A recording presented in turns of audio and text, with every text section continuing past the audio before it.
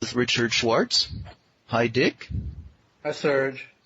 So, your work is called Internal Family Systems. Do you want to say a little bit about that? Yeah, I'll try to give you the elevator version. It's a way of working with parts of people, subpersonalities, but using systems thinking to understand how they relate to each other, and then also bringing to bear what I call the self in a client to become a kind of internal leader of these parts. And over the years of doing this, we've found ways to help parts out of the extreme roles they're forced into by what happens in people's lives. So, in other words, taking each person and within each person considering the various parts we have as some kind of a family and approaching the dialogue and the interactions inside this family in a systems mode the same way you would approach family therapy. Exactly. I'm trained as a family therapist.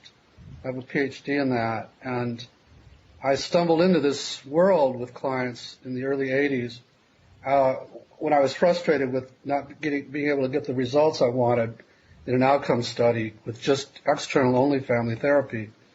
And I began, in a kind of blind way, asking clients about why they kept doing what they did. In this case, it was bulimia. And they basically taught it to me, and they talked a lot about these different parts and how these parts related to each other inside of them. And as I listened to all that, it sounded like a family structure inside, and there were parts in roles that corresponded in some ways to some of the kinds of families I was working with. So I began to just explore what would happen if I tried to understand these inner systems as systems and also tried to use some family therapy technique to intervene into them. Okay, so if it's okay, maybe we can stay with an example of, say, somebody who does something like bulimia or another example, and to see what these roles might be. Because you're talking about this kind of inner conflict that's experienced as different parts fighting against each other. Yeah, well, when I was interviewing the bulimic kids, they would say things like, when something bad happened in the outside world, it would trigger this inner critic who would attack them and call them names, and then that would trigger a part that would make them feel totally worthless and bereft and young and empty. Mm-hmm. And that experience was so dreadful that in would come the binge part to the rescue to try and get them out of that feeling. But the act of the binge itself would trigger the critic again, and that would bring up that worthless feeling again. So it sounded like these circular sequences of interaction I'd been studying in families. Yeah. And in the beginning, because I made the mistake that most psychotherapies make, I tried to encourage my clients to fight against the critics and control the binge parts, and found that only made them stronger. And so it was through trial and error like that we learned that the best way to work with these parts is to try and understand them and then help them out of the roles they're stuck in, and found also that a lot of the troublesome parts are protecting clients, are protecting other very vulnerable parts. So I want to just go a little slower for people who are not accustomed to this kind of work, because there's a lot in that. Is what you're saying is that, what most of us do almost instinctively is when we detect an inner critic in a client, we try to help the client fight against this inner critic. Exactly. Yeah. And instead of that, using the model of partly is just from pragmatic learning, we're working with clients, but in a way that fits the model of working in a system with, say, a couple. You're not using one part against the other. You're not trying to silence one person but you're trying to understand the roles. Yeah, and I'll tell you the case that turned my head around about the whole phenomena. I was working with a bulimic kid who also cut herself because she'd been sexually abused, and I was trying to get the cutting part to stop doing that. Mm-hmm. And I was working on the part, and I'd have her talk to the part and badgering it to just stop cutting her. And finally, the part in one session agreed not to do it, and then, of course, I opened the door to the next session, and she's got a big gash in the middle of her face. Mm. And I just collapsed at that point and said, I can't beat you at this. I give up. And the part softened and shifted and said it didn't want to beat me at it. And then I became curious about why it did it. Wow. And once I was curious, the part wasn't threatened, it proceeded to tell me how important it was when she was being abused to get her out of her body and to contain the rage that would have gotten her more abuse. Mm-hmm. And so then I shifted once again from not just being curious, but now having a kind of appreciation and compassion for this part and the heroic role it had played in her life. Yeah, yeah. And then it proceeded to tell me how it couldn't stop cutting her as long as these other parts were still so vulnerable. And it was protecting her in different ways. And so it became clear that for it to change, we had to do some other things first.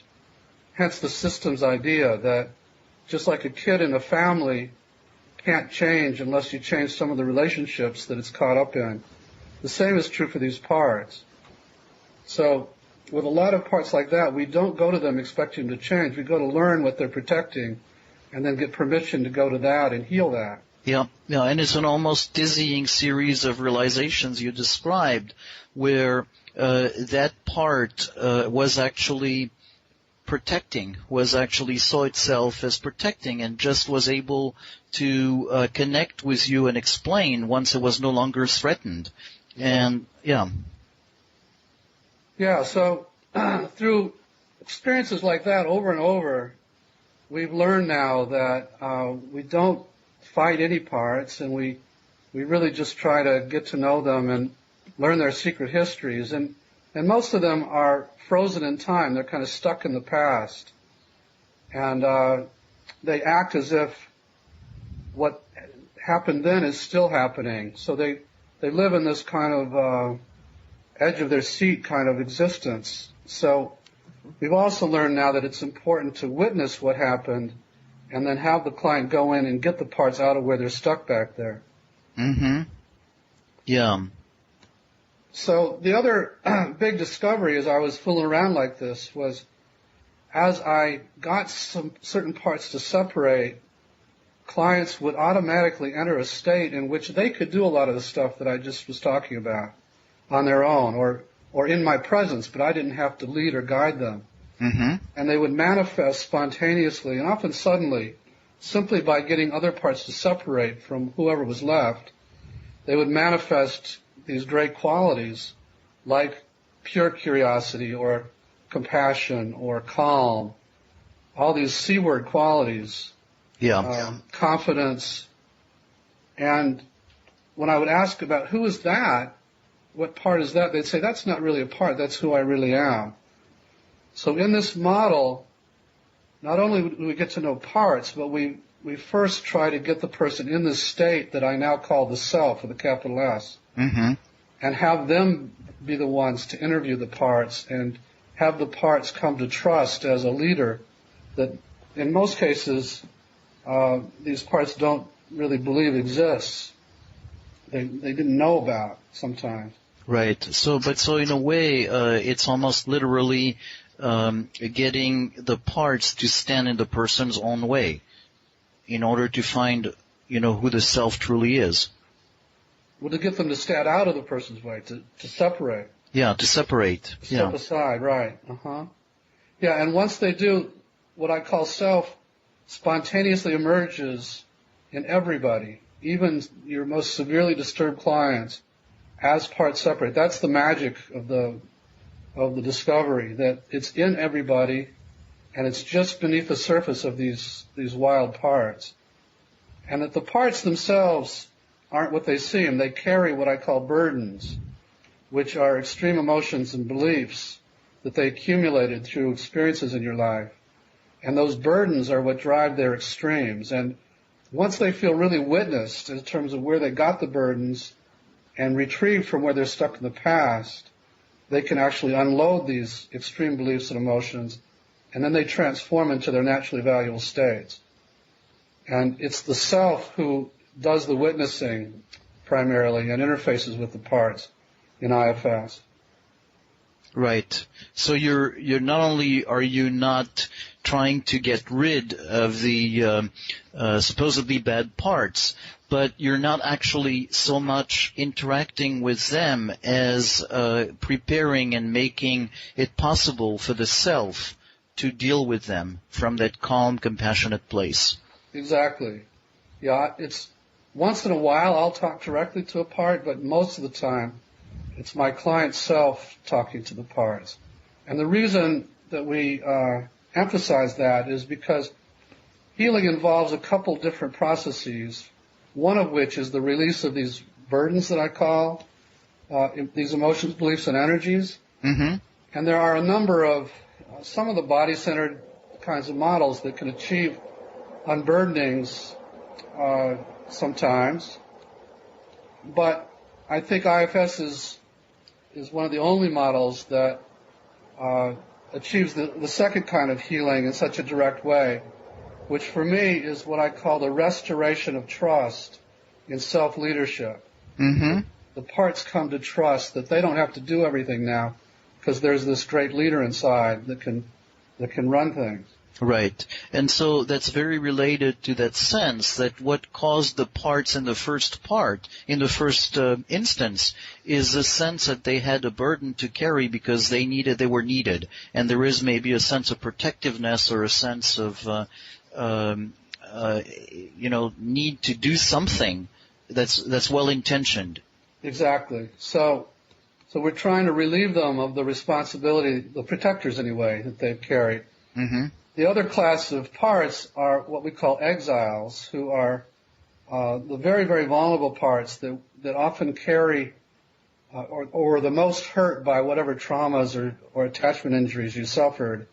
And because they carry all of the memories, sensations, emotions, and beliefs from those experiences, we tend to lock them away and try not to ever re-experience any of that.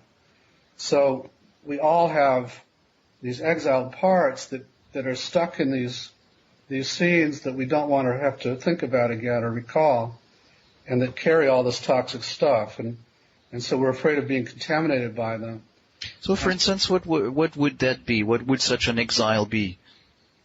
Well, I happen to work a whole lot with survivors of severe sex abuse, so many of my clients have parts that are locked in those kinds of scenes and carry all the shame and the terror and the sense of worthlessness from all of that. And so, but that's an extreme example. Mm-hmm. We all have had humiliations in our lives or had bad relationships with parents, and so the parts that are most hurt by those experiences are often the ones that will lock away that way. And then the protector's goal is to keep our lives on a course that never touches those parts, so that nothing like whatever happened before will happen to us again. Mm-hmm. And so they're often trying to control everything and control our bodies too. I mean, at some point we should talk about the body, I guess. Yeah. So they're trying to control how much we feel, and they're trying to control how we look and how we perform, and then how close we get to anybody, and so on. So they're often those critics. Those critics are often parts that are criticizing us to try and keep us safe in different ways. Yeah. This is a class of protector we call managers. They're trying to manage our lives so that our exiles never get hurt and never explode with all the emotion that they carry. So the exile really gets a sense of, the word carries the feeling of somebody who is exiled from consciousness because it would be too painful to deal with. Yeah, exactly. And the manager is actually the well-intentioned part that does that to spare the pain that the consciousness would have in feeling these. Yeah, you got it. And then because despite our manager's best efforts, exiles still get triggered, there's another set of parts that go into action immediately to find a way to contain the fire of emotion or to dissociate the person from it and let the fire burn itself out. And so we call those firefighters. And they tend to be the reactive, impulsive, frantic parts that characterize things like addiction and dissociation and, anything that is an impulsive reaction to getting triggered with any of the worthlessness that the exiles carry. And so again here the ambiguity or the double meaning of the term is how, we tend to think of addiction as something that's really bad or any of these other impulsive, compulsive behaviors. But in this context, they are really the heroes who are saving people, fighting the fire. Yeah, exactly. That's why I use the term, because it counters the negative connotation that most people have for these kinds of parts. So that's the system in a nutshell, and how it relates to body. Some years ago, actually in the fairly early days of the work, maybe I would have to say in the late 80s, I connected with Ron Kurtz and Greg Johansson of the Hakomi community, and began to expand my purview in terms of involving the body in this work and becoming more aware of how parts affect the body. And so since then, the model has become much more of a body-focused one. And in a number of different ways. I mean, first I borrowed from them the question that we always ask, which is to ask the client, as they focus on a part, where they find it in their body, around the body. And most clients will find a space, a specific location where the part seems to be broadcasting from. And that then can serve as a kind of anchor point as we do the work. And so many clients will come back to that place in the body to listen to the part or actually notice how it's shifting in their body. And many parts, when they go to witness, when they go to tell you their story, want to move the body in different ways. And so we encourage that. Or they might want to give body sensations that relate to what happened when they were being hurt or the original place in the past they want to take the client to. So we do all of that. Yeah, so that's that very, very strong anchoring in the body in terms of body sensation, in terms of locating that part in a specific area of the body and coming back to it as you work on the part. Yeah, and also what I was saying, letting the part tell its story in part through the body. Okay. So all these parts want to be witnessed in terms of what happened. And so, like I said, in some clients, they're moving their bodies all the time through the witnessing point.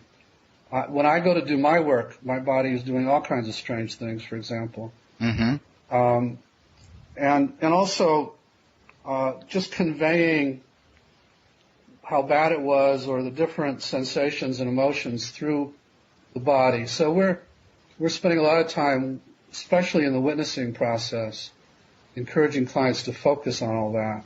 Right. So from the very beginning of the work, it starts being embodied. It's not. And then along the lines of that word embodied, what I found is that what I call self in many clients, especially trauma survivors, what I call self is not very embodied. It turns out that when people are going to be traumatized, their parts try to protect the self by pushing it out of the body, which is why you get these reports of people watching themselves from the ceiling Mm-hmm. or being in a kind of limbo state. And when self is not embodied, it can't lead very well. So a lot of the work is designed to help parts trust that it's safe to open space again in the body to allow self to come back in. And people will feel a very distinct shift in their bodies when that starts to happen. Yeah. So again, I want to just emphasize what I'm hearing is something that has to do with safety and trust, and as a result of that, the integration that comes out from that. That's right. And so when I go to train therapists, much of our training is designed to help therapists hold this place of self when they're working with somebody, because that seems to be crucial to this healing process.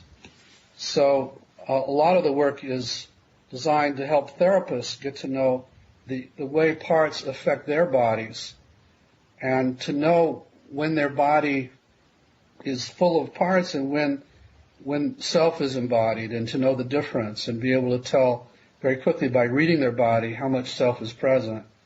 And then if it's not much present, then ask the parts to open more space. So that's another way that it's tied into body work. Mm-hmm. So that there is the work, the therapist is trained to be conscious that the healing, the work itself is only going to occur to the extent that as a therapist they're present in their self as opposed to scattered in their parts, and to recognize that presence in a body way. Yeah, and to notice in a body way when a part's taking over. So what would be an example of that, for instance, to noticing in a body way that a part is taking over? Well, for myself, there are several different things that I check to see if my parts are around. You know, there are common places I can check my body to see how much my parts are there versus myself. So, like, I've got these little managers that spend a lot of time on my forehead, and they strive and they push, and there's a distinct feeling in my forehead of tension and kind of pressure. Mm-hmm. And so before I go to work with somebody, I'll just check to see how much they're there, and if I notice them in a big way, I'll spend a little time before I work with them just asking them to relax a little bit. I've got some other managers that spend time on my shoulders and so on. So it's sort of like that. I just do a kind of body scan to see who's present. Yeah, so it comes from that familiarity you have with the parts and with how they're felt in your body, so that the body scan automatically gives you that information of what's happening. Exactly. And then other protectors have the ability to kind of close my heart up. So I'll often check how my heart's doing when I'm with somebody. Mm-hmm. So it's sort of like that. IFS therapists learn both what parts are doing to their bodies, what typical protectors are there, and then how to quickly get them to relax and let self come back in.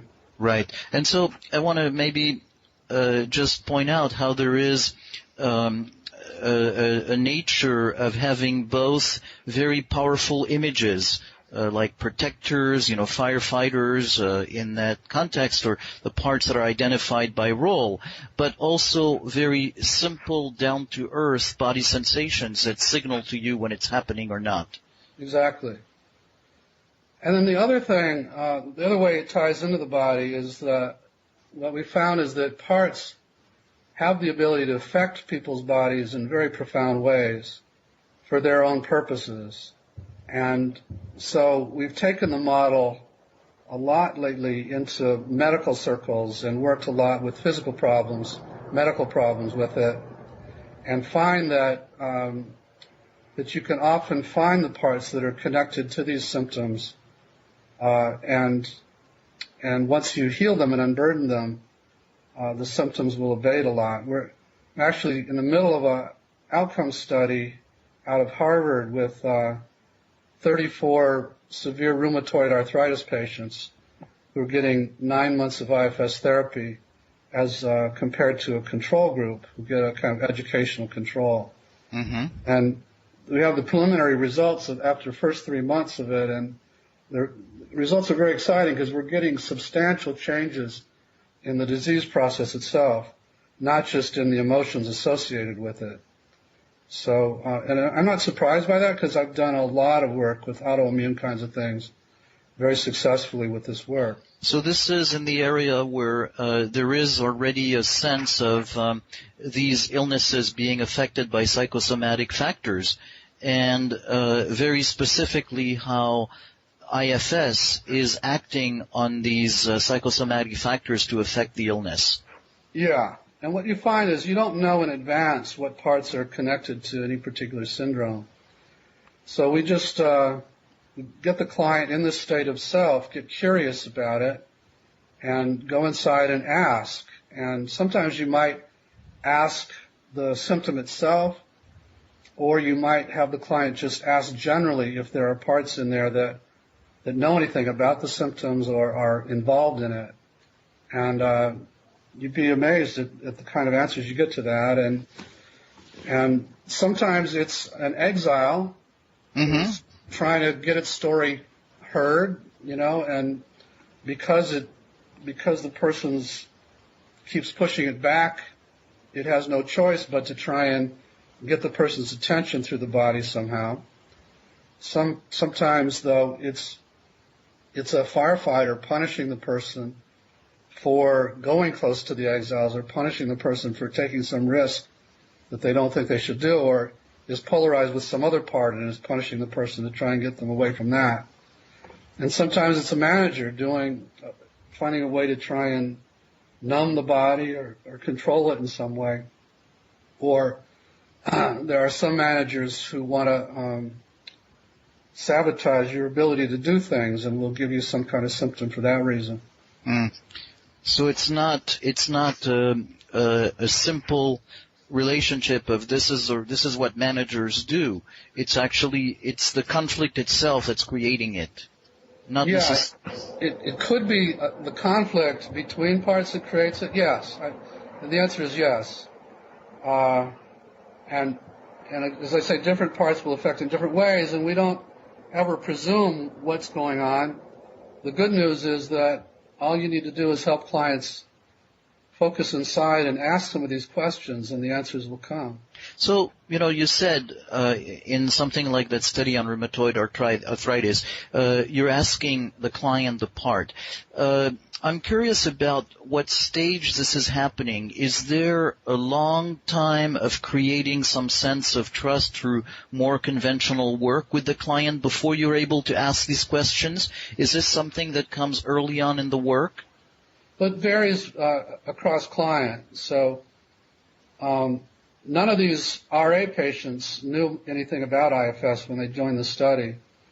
And so as I say, after 3 months of work, we're getting these very dramatic results. So it didn't take too long to get them to go inside and focus. And most of these people, that's the last place they want to be. Most of them, because of the pain they've suffered for so long, are very much out of their bodies and don't want to spend any time listening to their bodies. So in that sense, it's a kind of hard sell. They have these very stoic parts. But they're also very interested in getting some help and having less pain. So anyway, the answer, I guess, is no. It doesn't take a huge long time in most situations to convince people to start to do this work. Yeah. And it's actually possible to convince exactly those people who have been focusing their efforts on getting out of their body to be able to listen to the body. And like I say, it's a kind of hard sell in the beginning. And what's really helped is that in addition to individual work, these people are each getting some group work with other arthritis patients. And so as one of them does the work, then the others see that there might be some value in it. And it's not as scary as they thought. So that seems to help a lot too. Okay. So, Dick, as we're coming toward the end of this conversation, I want to see if there's something else that you might want to add to conclude this. Let's see. I think I covered most of what I had in mind. I want to emphasize my gratitude to the various teachers I've had that have made me much more body focused in this work and enriched the work a great deal, so that it is a very, in my mind, a very body focused kind of psychotherapy. Thanks, Dick. Thank you, Serge.